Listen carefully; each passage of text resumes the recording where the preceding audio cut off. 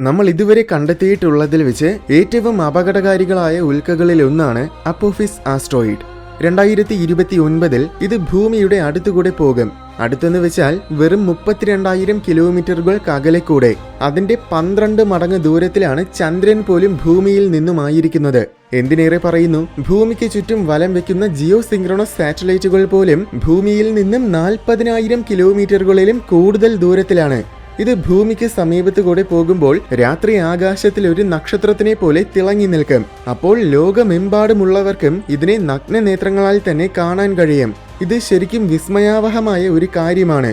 അതിനേക്കാൾ ആകാംക്ഷ ഉളവാക്കുന്ന കാര്യം എന്താണെന്നാൽ, ഈ ആസ്ട്രോയിഡിനെ ലക്ഷ്യമിട്ട് ഇപ്പോൾ തന്നെ നാസയുടെ ഒരു പേടകം യാത്ര തിരിച്ചു കഴിഞ്ഞു. അതാണ് ഒസിറിസ് അപ്പെക്സ്. എന്താണ് ഈ ദൗത്യത്തിന്റെ ലക്ഷ്യമെന്നും അപ്പോഫിസ് ഉൽക്കയെ നമ്മൾ ഭയക്കേണ്ടതുണ്ടോയെന്നും നമുക്ക് നോക്കാം.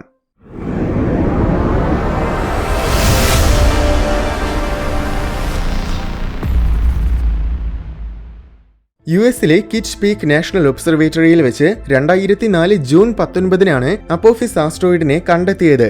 ഇത് സൂര്യനെ വലം വയ്ക്കുന്ന ഒരു ആസ്ട്രോയിഡാണ്. ഏകദേശം 324 ദിവസങ്ങൾ കൊണ്ടാണ് ഇതൊരു തവണ വലം വയ്ക്കുന്നത്. 340 മീറ്റേഴ്സോളം വ്യാസമുള്ള വലിയൊരു ഉൽക്കയാണ് അപ്പോഫിസ്. പക്ഷെ കണ്ടെത്തിയ സമയത്തിൽ അത് ഏകദേശം 17 കോടി കിലോമീറ്ററുകൾക്ക് അകലെയായിരുന്നു.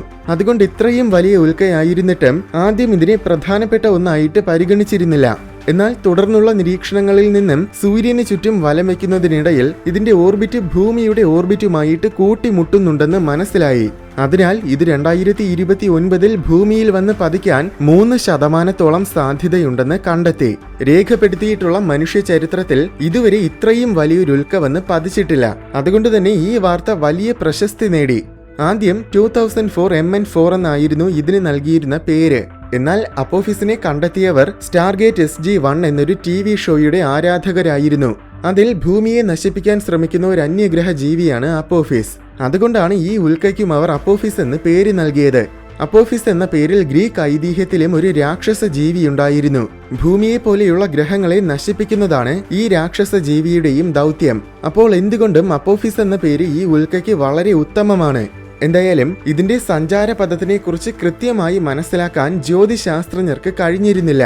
അതുകൊണ്ട് തന്നെ 2029 ഇത് ഭൂമിയിൽ വന്ന് പതിക്കാനുള്ള സാധ്യത കുറവാണെങ്കിലും ചിലപ്പോൾ 2068 വന്ന് പതിക്കുമോ എന്ന സംശയമുണ്ടായിരുന്നു. എന്നാൽ 2021 അപ്പോഫിസ് ഭൂമിയുടെ കുറച്ച് സമീപത്ത് കൂടെ പറന്നുപോയിരുന്നു. സമീപത്തെന്ന് പറയുമ്പോഴും ഏകദേശം 1.7 കോടി കിലോമീറ്റേഴ്സ് ദൂരത്തിലൂടെയാണ് പോയത്. എന്തായാലും അത് കാരണം ഈ ഉൽക്കയുടെ സഞ്ചാരപഥത്തിനെ കുറിച്ച് വളരെ കൃത്യമായ വിവരങ്ങൾ ശേഖരിക്കാൻ ശാസ്ത്രജ്ഞർക്ക് സാധിച്ചു.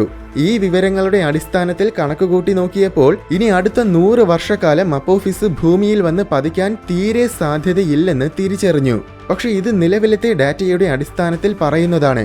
എന്നാൽ യാർക്കോവ്സ്കി എഫക്റ്റ് എന്ന ഒഴിവാക്കാൻ പറ്റാത്ത മറ്റൊരു ഘടകത്തിനെയും കൂടെ നമ്മൾ പരിഗണിക്കേണ്ടതുണ്ട്.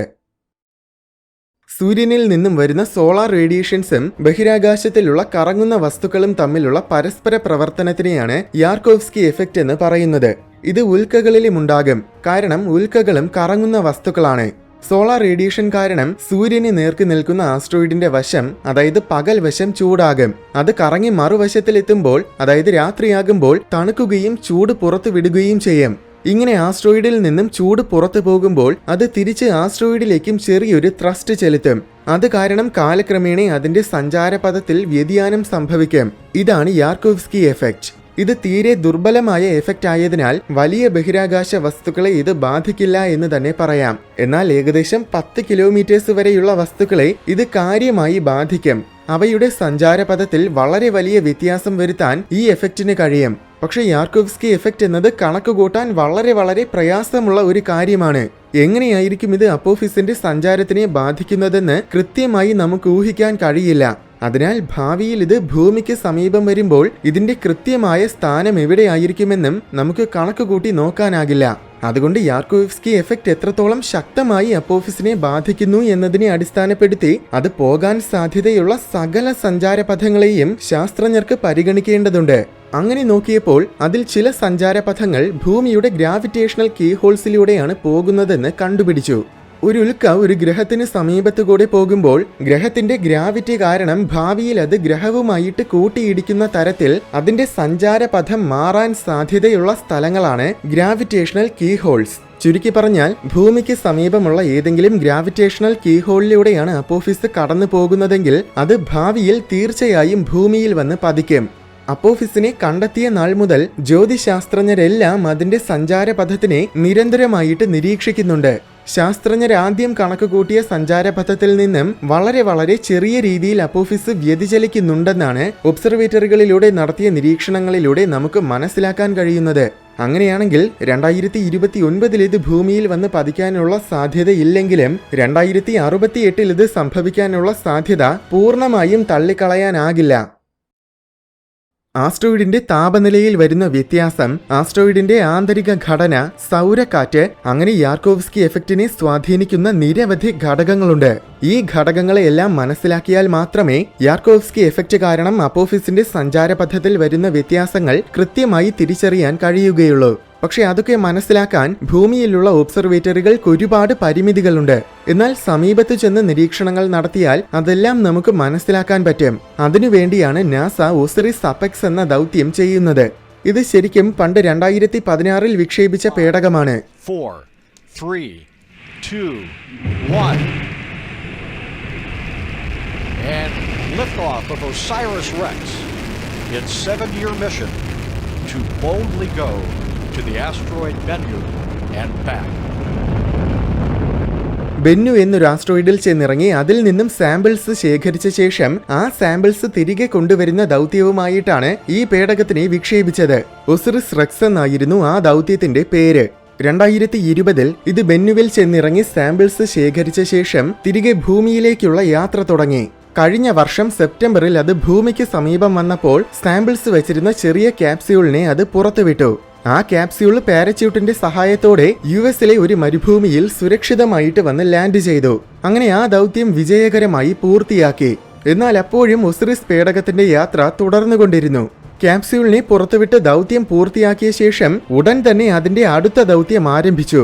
അപ്പോഫിസ് ആസ്ട്രോയിഡിനെ ലക്ഷ്യമിട്ട് പോവുക എന്നതായിരുന്നു അടുത്ത ദൗത്യം. ഈ പുതിയ ദൗത്യത്തിന് നൽകിയ പേരാണ് ഒസിറിസ് അപെക്സ്.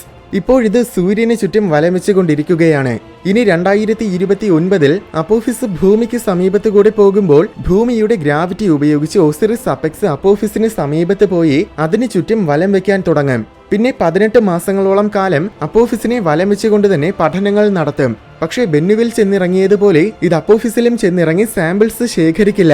എന്നിരുന്നാലും അപ്പോഫിസിന്റെ ഉപരിതലത്തിന്റെ വളരെ അടുത്തു പോയ ശേഷം ത്രസ്റ്റേഴ്സിനെ ഓൺ ചെയ്യും. അതിന്റെ ശക്തി കാരണം ഉപരിതലത്തിലെ പൊടികൾ മാറും. അപ്പോൾ അപ്പോഫിസിന്റെ ഉൾഭാഗം കാണാൻ കഴിയും. അതിലൂടെ അപ്പോഫിസിന്റെ ആന്തരിക ഘടനയെക്കുറിച്ചും അപ്പോഫിസിൽ അടങ്ങിയിരിക്കുന്ന പദാർത്ഥങ്ങളെക്കുറിച്ചുമുള്ള സൂചനകൾ ലഭിക്കും. അതുപയോഗിച്ച് അപ്പോഫിസിനെ നമുക്ക് കൂടുതൽ മനസ്സിലാക്കാൻ കഴിയുമെന്നാണ് ശാസ്ത്രജ്ഞർ പ്രതീക്ഷിക്കുന്നത്.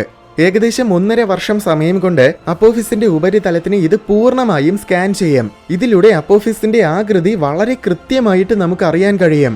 അതുമാത്രമല്ല, പിന്നെ അപ്പോഫിസിൽ ചെറിയൊരു മാറ്റം സംഭവിച്ചാലും അത് പെട്ടെന്ന് തന്നെ നമുക്ക് കണ്ടുപിടിക്കാനും പറ്റും. ഇതിനെല്ലാത്തിനും പുറമെ ആസ്ട്രോയിഡിന്റെ ചെറിയൊരു ചലനത്തെ പോലും അത്യധികം കൃത്യതയോടെ ഇത് കാൽക്കുലേറ്റ് ചെയ്യും. അപ്പോഫിസിന്റെ സഞ്ചാരപഥം കൃത്യമായി നിർണ്ണയിക്കാൻ അത് വളരെ വലിയൊരു സഹായമായിരിക്കും. മറ്റൊരു കാര്യം, ഏകദേശം ഈ നൂറ്റാണ്ട് തീരുന്നതുവരെയുള്ള സഞ്ചാരപഥം മാത്രമേ നിലവിലത്തെ ഡാറ്റ ഉപയോഗിച്ച് നമുക്ക് കണക്ക് കൂട്ടാൻ കഴിയുകയുള്ളൂ. എന്നാൽ ഒസിറിസ് അപെക്സ് ശേഖരിക്കുന്ന ഡാറ്റയിലൂടെ വീണ്ടും ഒരുപാട് കാലത്തേക്ക് കൂടെയുള്ള കണക്ക് കൂട്ടാൻ കഴിയും. പക്ഷെ ഇതൊക്കെ പറയുമ്പോഴും അപ്പോഫിസിനെ സന്ദർശിക്കുന്ന പേടകം ഒസിറിസ് അപെക്സ് മാത്രമായിരിക്കില്ല.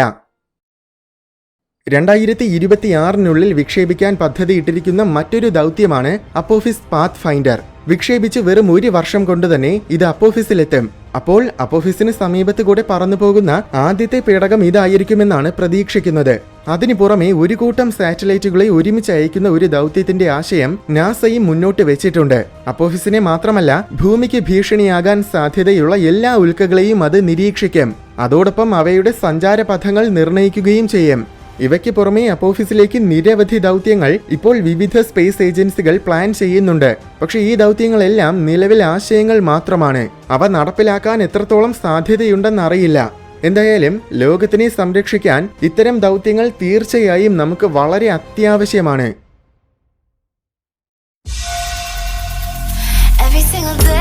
വീഡിയോ ഇഷ്ടമായെങ്കിൽ ലൈക്ക് ചെയ്യണമെന്നും ഇതുപോലെ കൗതുകവും വിജ്ഞാനവും നിറഞ്ഞ കൂടുതൽ വീഡിയോസ് കാണാനായിട്ട് ഈ ചാനൽ മറക്കാതെ സബ്സ്ക്രൈബ് ചെയ്യണമെന്നും ഓർമ്മിപ്പിക്കുന്നു.